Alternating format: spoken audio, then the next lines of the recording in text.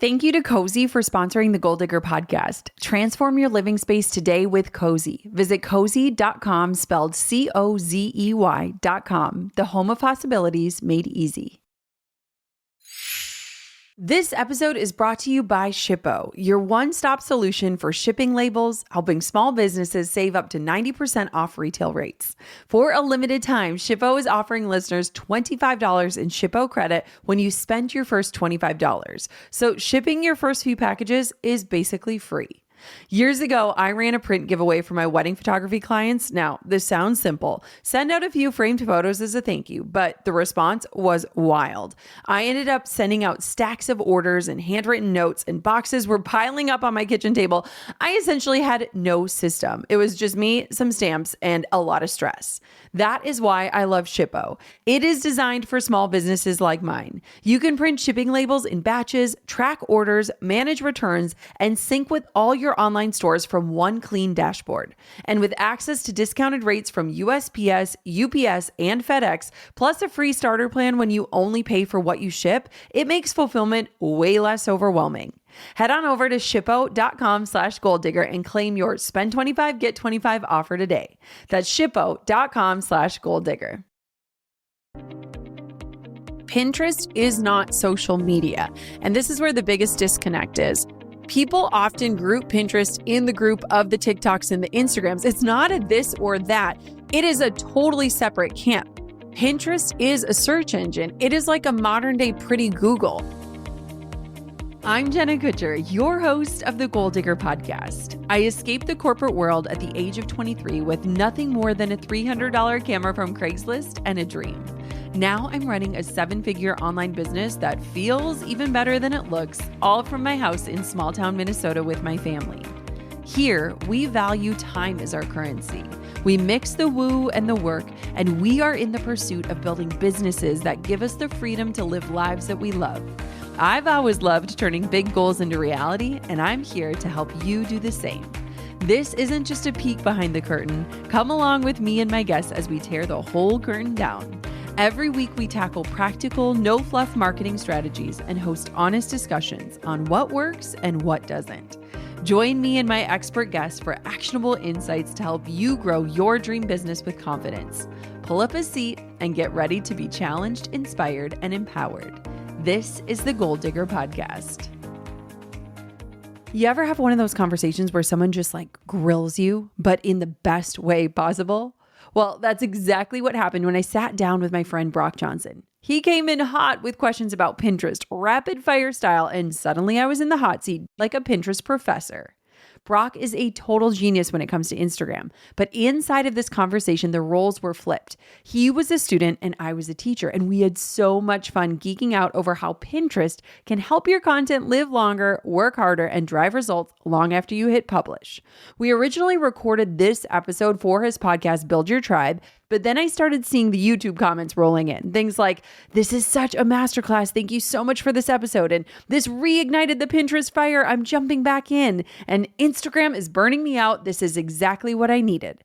Reading those comments made me stop and think, okay, my people need to hear this too. So here we are sharing it with you today as a bonus crossover episode. And a quick little heads up, this isn't the last you'll hear from Brock. He's coming over to my podcast soon too, and trust me, it is so good.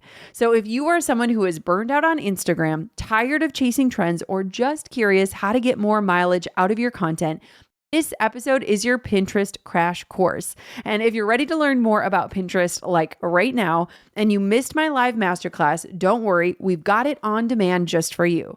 Head to teachmetopin.com. That's teachmetopin.com. All right, let's dive on in and hit play on this bonus conversation with Brock Johnson. Hello, Jenna. Welcome to today's episode. Hey, thanks so much for having me. I am so excited for this conversation because, admittedly, oftentimes in these convos, you have to kind of pretend as the interviewer that you don't know what you're talking about. Yes. But I know very little of what I'm talking about today. Today, we're going to be talking all about Pinterest, which is something that you've been jamming out on recently. And, we'll get into all of the missteps and mistakes that I am definitely making. So let's just get right into it. Why should why should any small business owner listening today care about Pinterest? Because Jenna, they're probably like, oh my gosh, I have so much going on with Instagram and Facebook and TikTok and YouTube. And now you want me to add Pinterest? So why should I care? Okay. So first things first, Pinterest will never take away from the work that you're already doing. What it's going to do is elongate the lifespan of that work that you are creating. And it's going to turn like minutes and moments into months. And so how I like to see it is this is not about adding more to your plate. It's about digging for gold in the gold mine that you are likely sitting on, and also just helping your work for you. And so before anyone panics and they're like, not another strategy, not another platform, I can't do it. All I'm asking you to do is reallocate 1 hour of your life each week to this strategy, and it's going to turn all of your work into something that's working for you. Gotcha. Okay, I can get with that. There's actually this graphic that I posted a few times on Instagram talking about the average lifespan, so to speak, of a post. And there's two things that always people freak out over when they see that post. Number one, the lifespan of a TikTok is like, they call it immediate decay. Basically, immediately once you post dead on the vine. Exactly. But then Pinterest is also on that graphic, and it's like the longest, biggest bar on the graphic. And people are like, oh my gosh, I need to get on Pinterest. So what you're saying, I'm already like, oh yeah, duh. I've even talked about that before, but I haven't taken it seriously. So who should be posting on Pinterest? Who should be putting their business on Pinterest? And is there anyone who like maybe Pinterest shouldn't be for them? Okay, this is so good. Before we dive into that, I'm going to tell you something about the lifespan of a pin. So when we think about social, a lot of our posts will be dead within 48 hours tops, right? That's pretty generous in my opinion. The average lifespan of one singular pin on Pinterest is over 13 months. And that is the half-life. So 13 months. So 1 year from now plus, your work could still be working for you. So I just want to paint that picture. So who should be on Pinterest? So anyone that is creating content. And I mean literally anyone. It doesn't matter what genre you're in. Now, when I say content, I'm talking about the stuff that Brock talks about all the time. Whether you are a podcaster, a YouTuber, an Instagram creator, a writer, a blogger, like you, what I love about you is you'll advocate, like Instagram has a way for every type of creator to be creating on it. So I would say that your audience is a dream for Pinterest because they are likely creating content.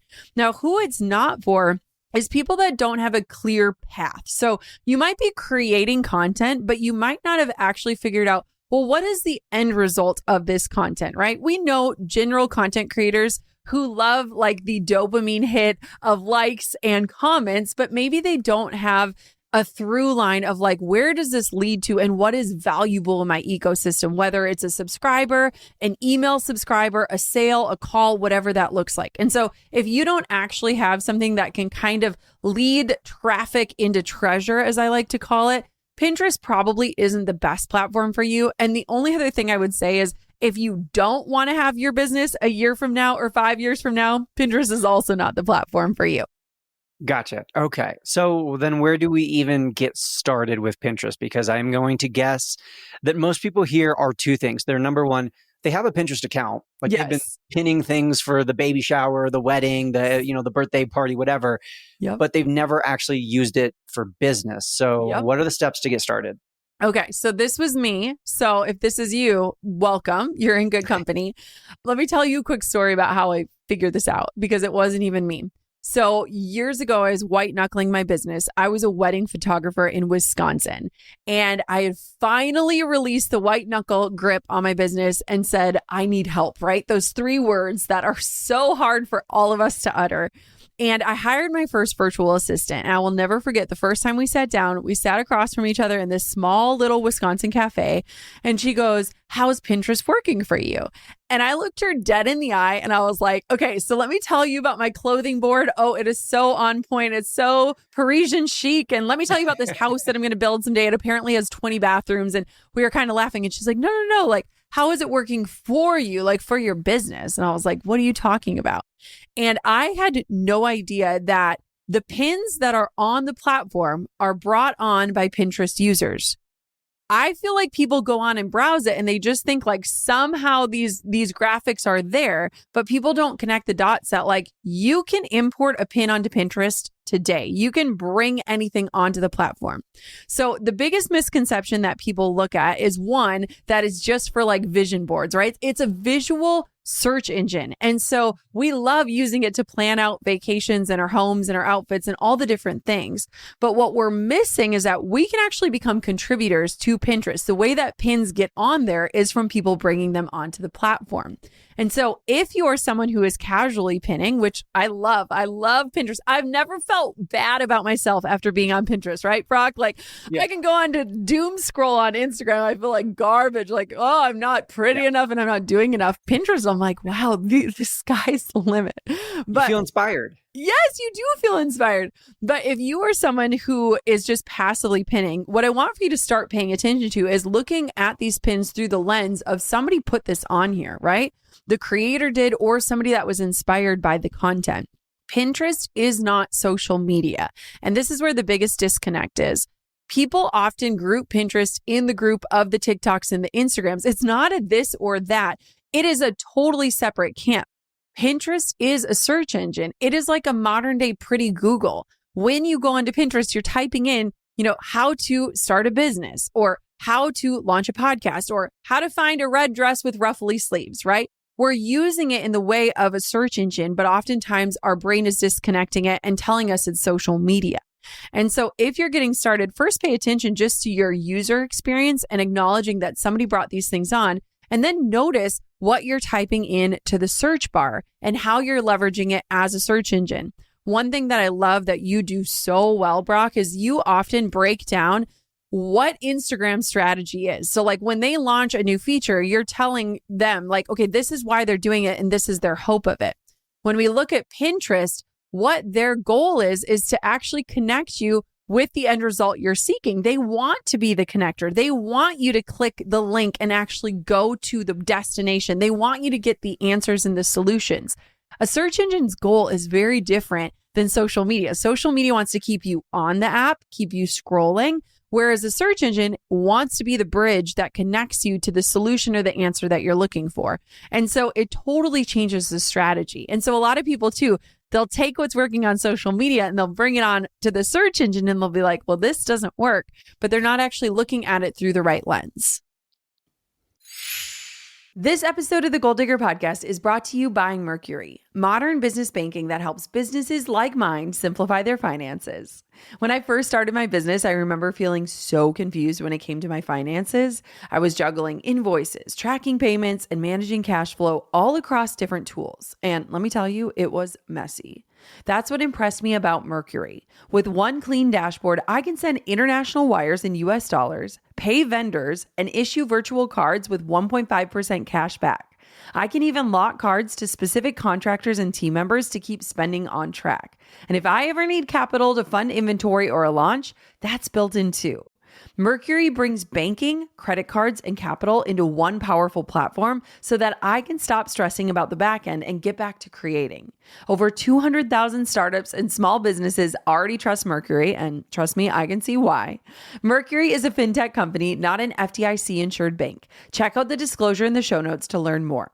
Deposit $5,000 or spend $5,000 using your Mercury credit card within your first 90 days to earn $250, or do both for $500 in total rewards at mercury.com/goal. That's mercury.com/goal.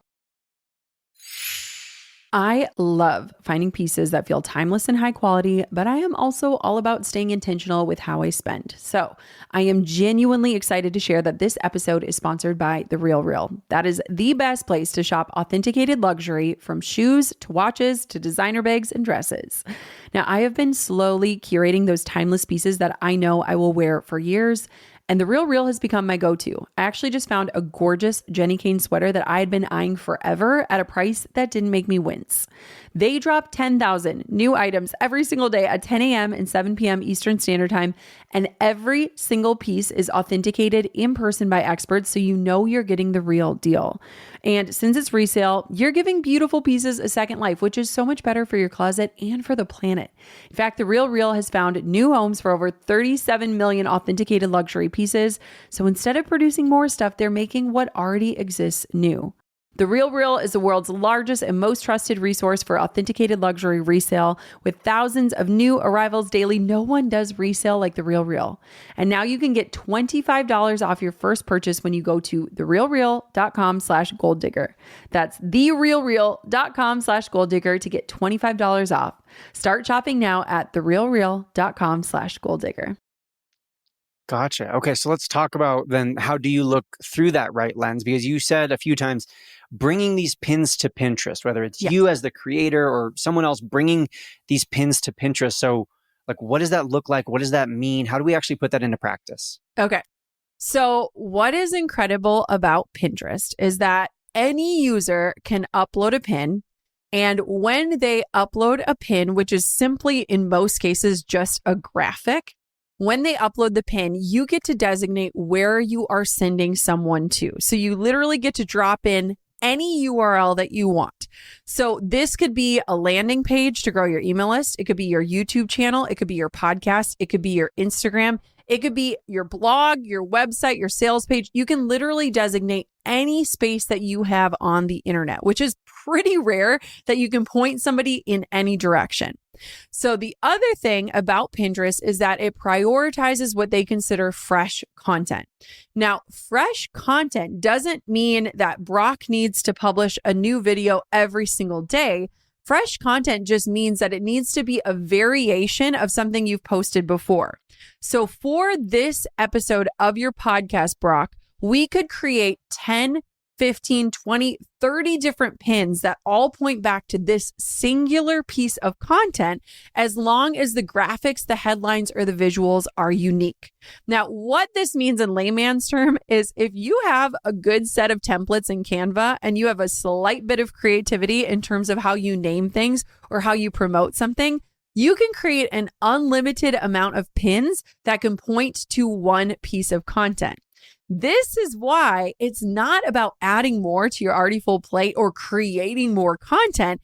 It's about putting a spin on your content. And let me ask you this real quick, Brock. What would be easier for you to do? Go into Canva, leverage a template, and create 10 different graphics, or create a brand new podcast episode, the show notes, the social clips, and all the things that accompany it before you move on to the next? Which one's easier? Yeah, obviously 100% option A. Yes. And so what's amazing is that I bet your listeners right now are sitting on tens or hundreds or even thousands of pieces of content that could have pins pointing to it. It could be stuff that you made a year ago, 2 years ago, that you could turn into pins to land on the Pinterest platform and reach their viewers. So I feel like it should give you an exhale of like, this is really not about doing more. It's about making your work harder with just a tiny bit of strategy and effort. Gotcha. Okay. So like I'm conceptualizing this, thinking about it. Yeah. It's a search engine. So it's not Instagram where I'm scrolling through reels. It's more like Google.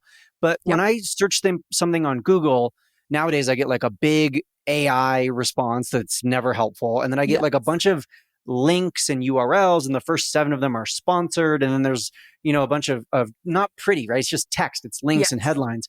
So essentially, is this just for, oversimplification purposes, these pins on Pinterest are the same thing as these links on Google, right? These headlines. The only difference is on Pinterest, they're visually appealing. Maybe they have a graphic or a video, and then they're still going to ultimately direct me to wherever that final destination is. Exactly right. And what's awesome is that every single word on Pinterest, because it's a search engine, is searchable.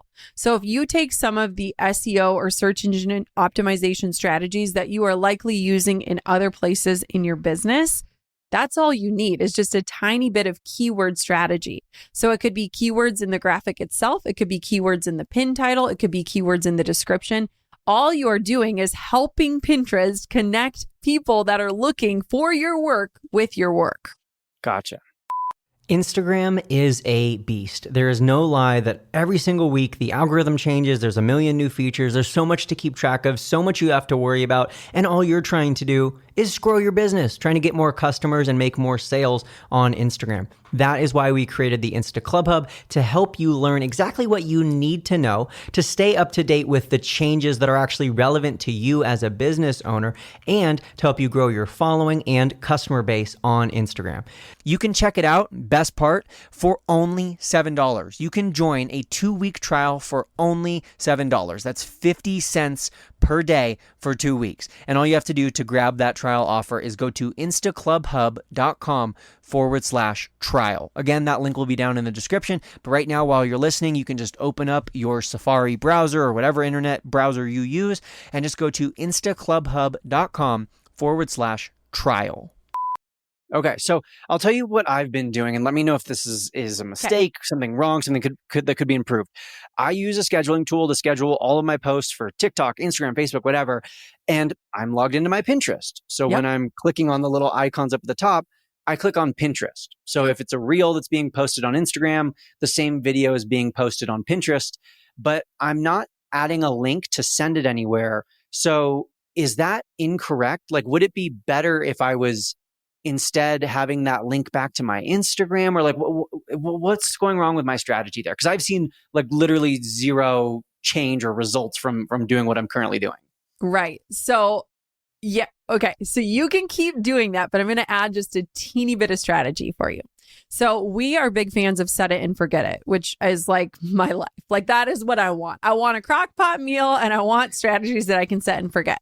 So if the easiest way to get your content onto Pinterest is to keep that feature selected so that you know it's getting onto the platform, that's fantastic. You can keep that on. What I would recommend then is setting a timer or a reminder for 20 minutes at the end of your week to go on to your newly uploaded pins and to add a little bit of strategy. So that's where you could add in the backlink and you could add in a more SEO optimized title and description for your pin. Because oftentimes when you're using different things like Planoly or Tailwind or whatever you're using to auto schedule, it's not optimized for Pinterest in terms of searchability.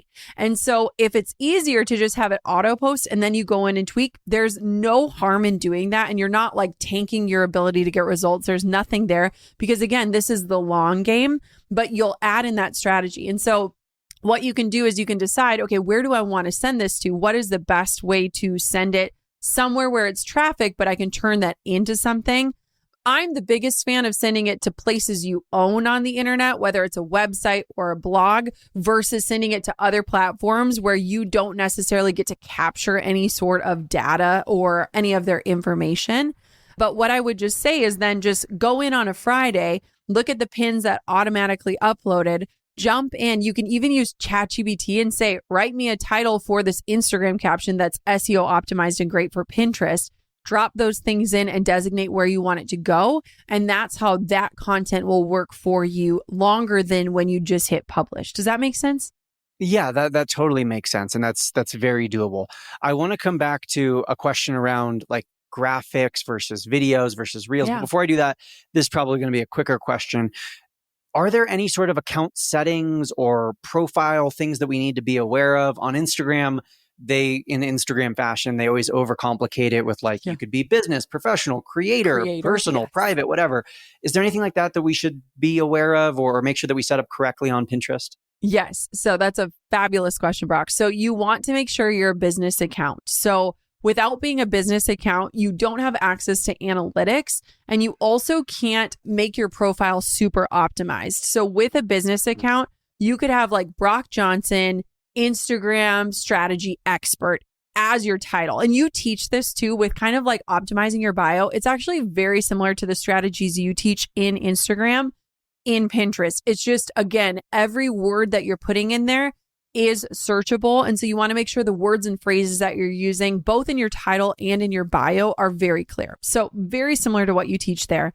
You also just want to have a business account because that will give you access to the analytics. It'll also unlock a few features like linking to your website and different things like that as well. It's a super easy process. Once you do it once, you don't ever have to do it again. And so it just takes a few minutes, but that will switch your account from personal to business, which will then allow you to kind of think a little bit more strategically and have more strategy in place. Gotcha. Okay. Totally makes sense. Back to my question about graphics versus videos. Yeah. You mentioned earlier having like Canva templates. You said the word graphics a few times.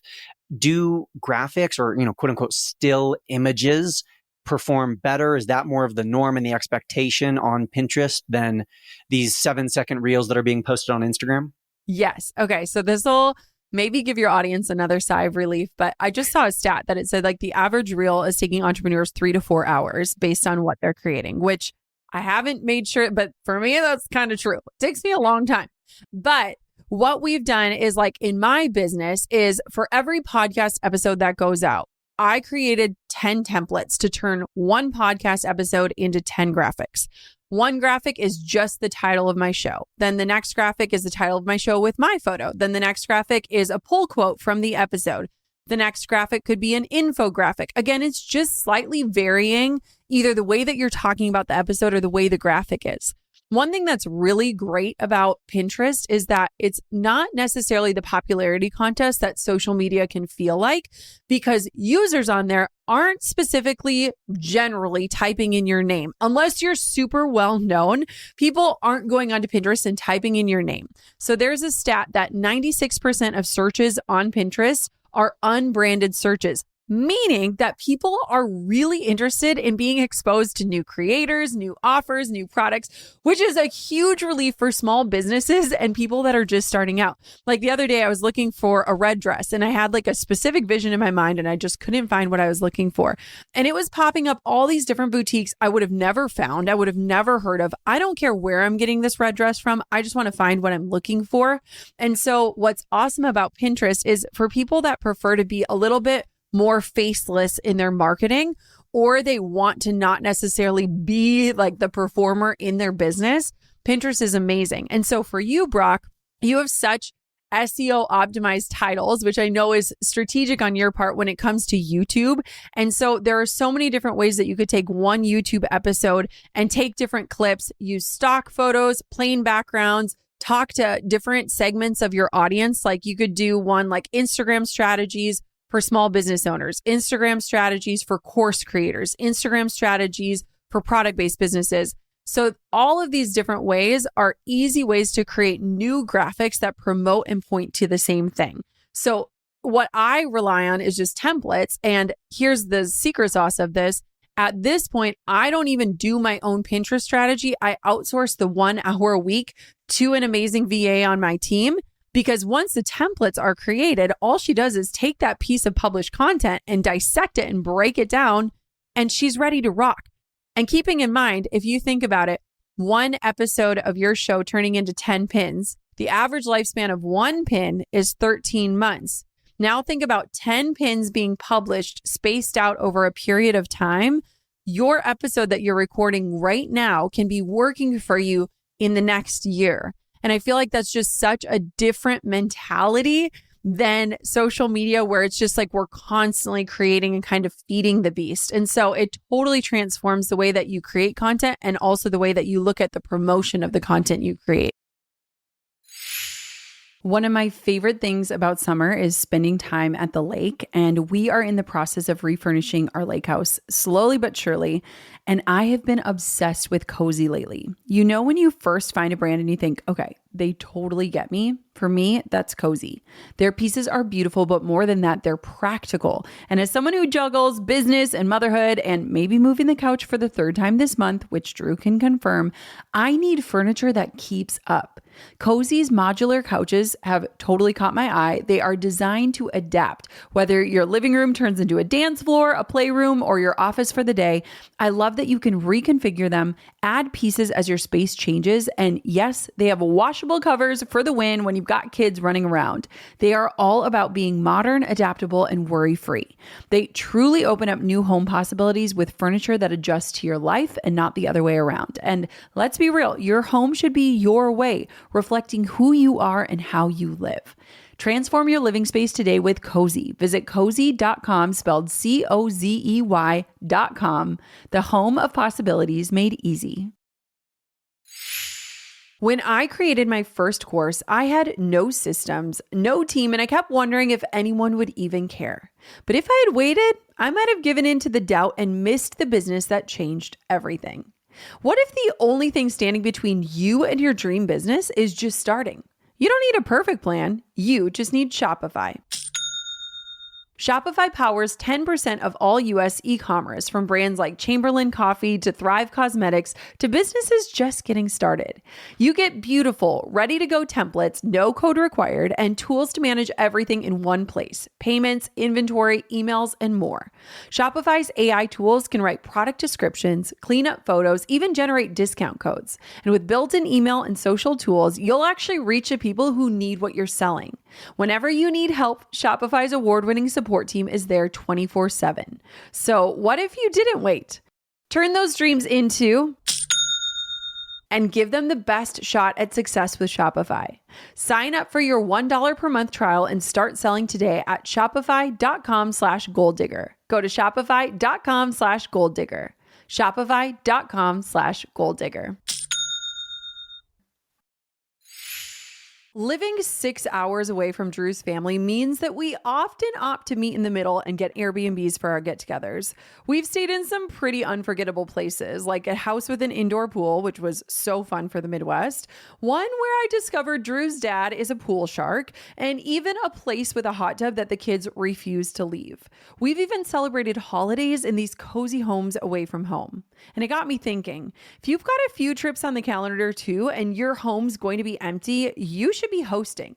With Airbnb's co-host network, you can have a local co-host take care of everything. They can manage guest messages, check-ins, and all the details for you. It's not about turning your home into a business. It's about making it work for you on the days that you're not in it. So if travel's on your calendar, this is your sign to start hosting. Your space could be creating memories for someone else while you're off making your own. Find a co-host today at airbnb.com/host. I love it. We are 100% going to implement everything you are saying. And Yes. so I'm speaking right now to the person in the future who I bet is finding this episode on Pinterest. And then now it's kind of like this It's meta. I like it. Pinterest inception. Yeah, I love it. Okay, so you mentioned spacing them out over a period of time. And, I understand that if I space them out, then it's just going to extend the lifespan, so to speak. But in terms of frequency, on Instagram, we say the more you post, the more you grow. On TikTok, the same is true. Is there best practice? And I know, Pinterest isn't, like you said earlier, it's not a social media as much. It's more of a search engine. So is it truly the more the merrier with posting on Pinterest? Is it, hey, give them at least an hour so they can breathe? What's the best practice in terms of frequency?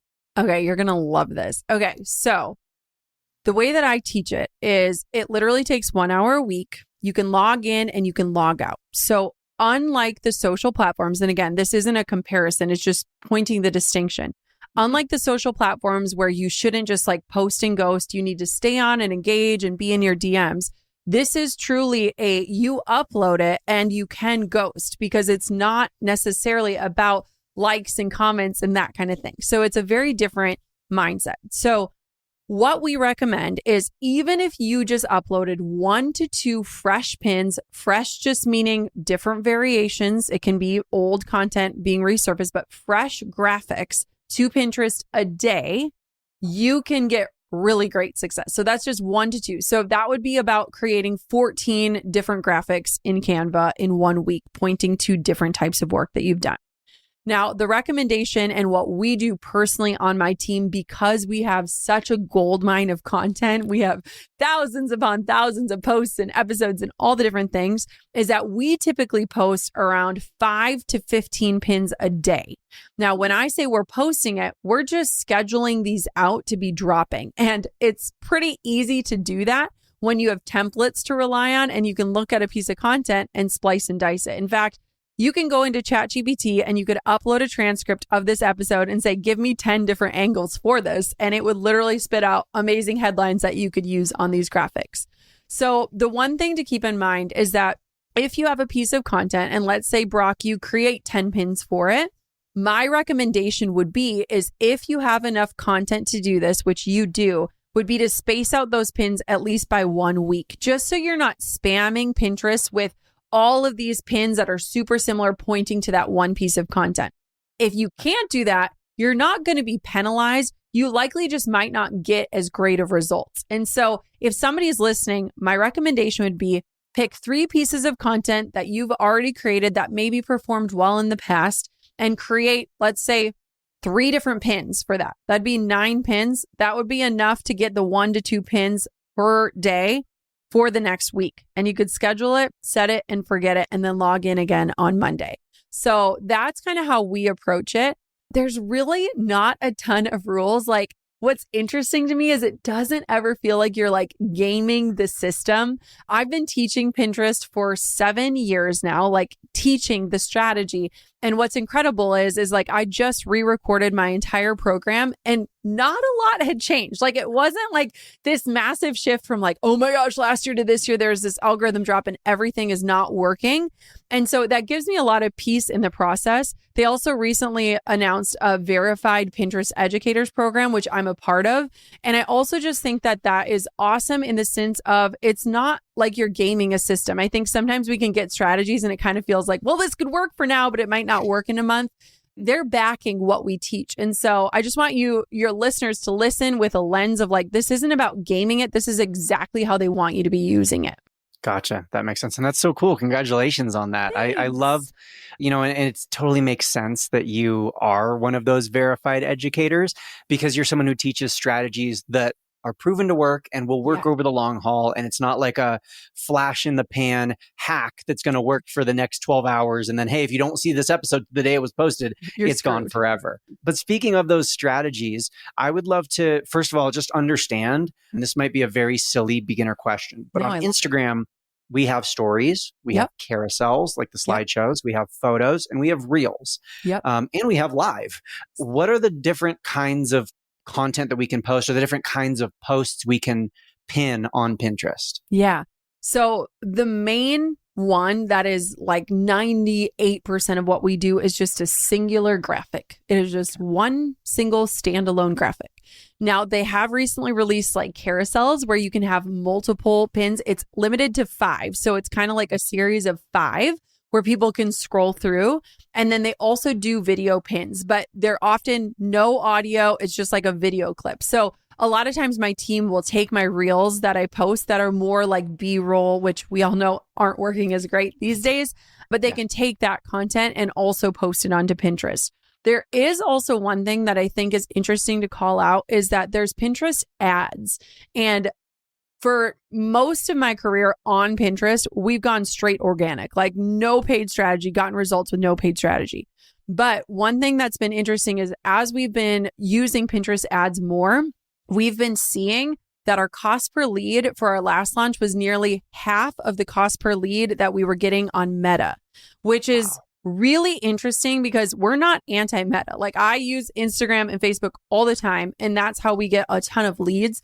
But it was wild because we were able to track the performance of Pinterest users all the way through the funnel.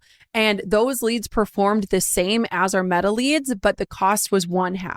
Why this is important is I think a lot of people do feel slightly stuck with like all the eggs in one basket, right? And if something changes or something's not working, it's not like you can just throw spaghetti at the wall without a cost. And so Pinterest ads are also a really awesome place. And what we also realized through Pinterest ads is that we were being exposed to people that wouldn't have naturally been in our world or in our ecosystem. So with Pinterest ads, you can also leverage the single graphics or the videos. And a lot of times we'll just take what's already working, resize it for Pinterest, which now Instagram is actually the formatting matches a lot easier with the more portrait style fitting. And so it's really not a lot of extra work on our part. They've done different things in the past where like you can literally click and get taken directly to the shop. So it's a really direct path for product-based businesses where it literally takes somebody to check out. And if they have like Shop Pay or Shopify, it's like, oh my God, I could literally buy something in about 5 seconds. And so they're always kind of trying different things. But the main one that we do is just a single graphic. And it's so easy to create a single graphic for basically anything you've already made.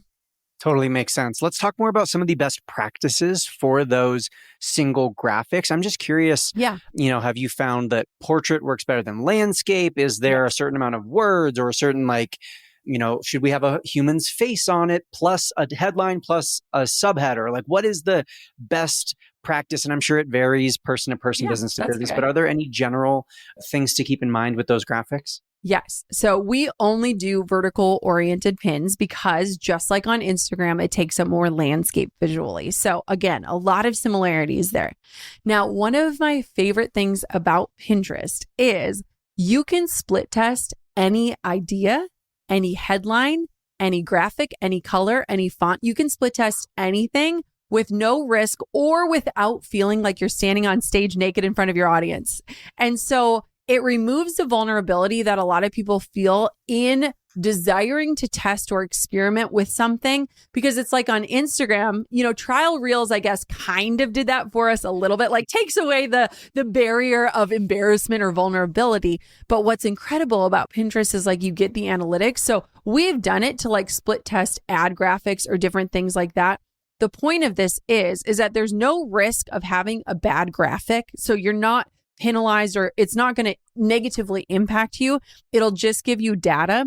But the main things that we found are a really clear headline, just like you would do a hook on Instagram. How-to articles do so well on Pinterest. When you think of a search engine, a lot of times you're typing in like, how do I start a podcast or how do I leverage Instagram stories? So how-to do really, really well. A lot of our graphics will have some sort of call to action. Again, very similar to Instagram, but just a little button that says click me. The button itself is not clickable, but the graphic is. And then we often will see that our greater results comes from graphics that don't have my face on me, because remember, it's unbranded searches. People aren't necessarily looking for me, they're looking for an answer. And so the majority of our pins are not highlighting Jenna Kutcher, they're highlighting the content.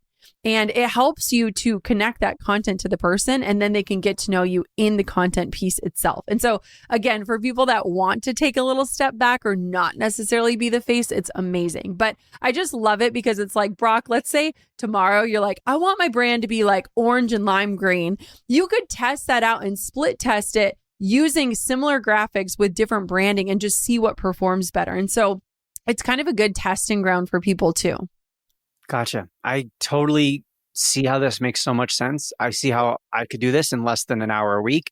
I see how I could have someone on our team do this. I also am imagining I'm probably not technical enough to figure it out, but there are probably people listening who are technical enough to figure out how to do a lot of this automatically with AI, which is super cool. But I also know that there's even more strategy. There's those templates that you talked about. And I know you have an upcoming webinar. So can you tell us a little bit more about that? Yes. Okay. So I just want to tell everyone, here's what I want you to know. To learn the system, it doesn't take a long time. Like, it is not this process where it's like 800 steps and you've got to figure it out. It's very simple. And that's why I love it. So my upcoming masterclass is called Create Once, Traffic for Months: How to Lengthen the Lifespan of Your Content and Make Your Work for You. And I love teaching this because at the heart of my mission is to allow people to have life first businesses. Brock, you are someone who I admire, who I know you have hobbies, and I want my work to be the least interesting part of my life. Like, I want to live just such a full life. And so as summer is coming and people's time is about to evaporate and they want to be spending their time in other places, let me show you the 1 hour a week strategy that can make your work for you and that can help you spend your precious time in a way that gives you true results. So if you sign up, you can go to teachmetopin.com. That's teachmetopin.com. Save your seat. I would love to just walk you through this process and help your work live on and create the results that you want it to create. Amazing. Well, we will link that up in the show notes below, but thank you so much for being here. 2 final quick questions. One is last words of advice, any parting messages, anything that you want to share with our audience before we part ways. So I would say define what your version of success is. And for me, I used to focus on what success looked like, and now I focus on what success feels like. And for me, it's being able to step off of the content creation hamster wheel and have work that is working for me in the background. Like, nothing is sexier going to bed at night knowing that my work is driving results for me. And so how do you want your life to feel? And the second thing is that treat time as your currency. So look at where your time is going and make sure that every hour of your time has an ROI that feels worth it to you.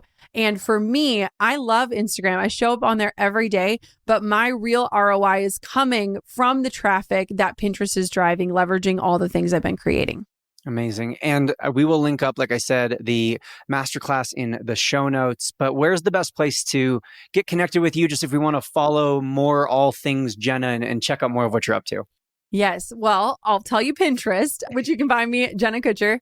And Instagram is Jenna Kutcher. And I would love for you to also listen to the Goal Digger podcast. I got to tell them our quick, funny story, Brock, about what happened. So Brock is going to be on my podcast. It's such a killer episode. I have been in the podcasting game for a long time, hundreds of episodes, over 100 million downloads.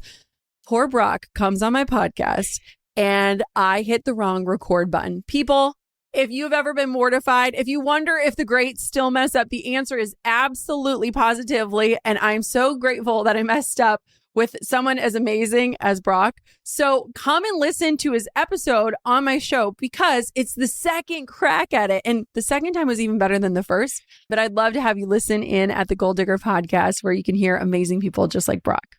Definitely. Amazing podcast. And I'll link that up in the show notes as soon as that specific episode comes out. But that was a blast. And even today, you and I think it's important for people to hear, not just about the forgetting to hit record or that technical issue, but also even today with this conversation, we've been talking about having this conversation around Pinterest for a while. Yeah. And we literally planned this via text about 10 minutes before we got started. I was like, hey, do you want to do it now? I was about to go for a hike, but we changed our mind. She's like, yeah, let's do it now. And then I send her the link and here we are. So anyways, Jenna, you are amazing. Such a light. And thank you for being here today. Thank you for having me. Okay. Tell me you're not digging through your content library to start pinning. Like, I loved how simple Brock kept the questions and how tactical this convo got. We made Pinterest feel way less mysterious and way more manageable, right? Huge thanks to Brock Johnson for letting us share this convo over here on the Goal Digger podcast. He is truly an amazing human, a wealth of knowledge when it comes to all things social media, and honestly, just a really fun person to follow. If you're not already tuning into his podcast, Build Your Tribe, go subscribe and make sure you follow him on all the platforms. This guy shows up with value everywhere, and I can't wait to see him on Pinterest soon. And hey, if you want to go even deeper into the Pinterest strategy we talked about in this episode, come join me for my free on-demand masterclass, Create Once, Traffic for Months. I will walk you through how to use Pinterest to extend the life of your content and build a business that can run even when you're not constantly posting. Save your seat at teachmetopin.com. That's teachmetopin.com. And until next time, Goal Diggers, keep on digging your biggest goals. Thanks for pulling up a seat for another episode of the Goal Digger podcast. I hope today's episode fueled you with inspiration, gave you information that you can turn into action, and realigned you with your true north in life and business. If you've enjoyed today's episode, head on over to goaldiggerpodcast.com for today's show notes, discount codes for our sponsors, freebies to fuel your results, and so much more. And if you haven't yet, make sure you're subscribed so that you never miss a future show. We'll see you next time, Goal Diggers.